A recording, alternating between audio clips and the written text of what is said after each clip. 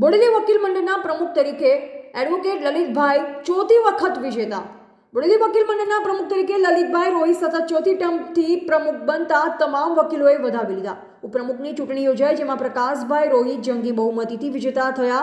આજે બોડેલી સેવા સદન કોર્ટ ખાતે વકીલ મંડળની ચૂંટણી યોજાઈ, જેમાં બોડેલી વકીલ મંડળના હોદ્દેદારોમાંથી 5 હોદ્દેદારો બિનહરીફ જાહેર થયા હતા।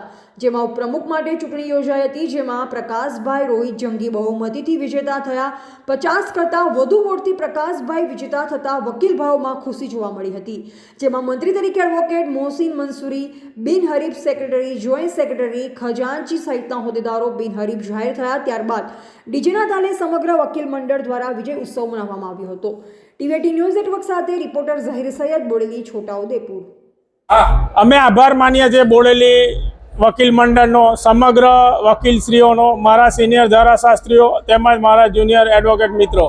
આજે ખૂબ સારા માહોલની અંદર બાર કાઉન્સિલ ઓફ ગુજરાત દ્વારા સમગ્ર રાજ્યની અંદર જ્યારે ચૂંટણી યોજાઈ, જેમાં બોડેલી પણ ચૂંટણી યોજવામાં આવી હતી, જેમાં ઉપપ્રમુખ પદના ઉમેદવાર પ્રકાશભાઈ રોહિત અને મહેશભાઈ રોહિત વચ્ચે ચૂંટણી યોજાતા પ્રકાશભાઈ વિજેતા થયા છે અને બાકીના તમામ હોદ્દેદારો બિનહરીફ થયા છે।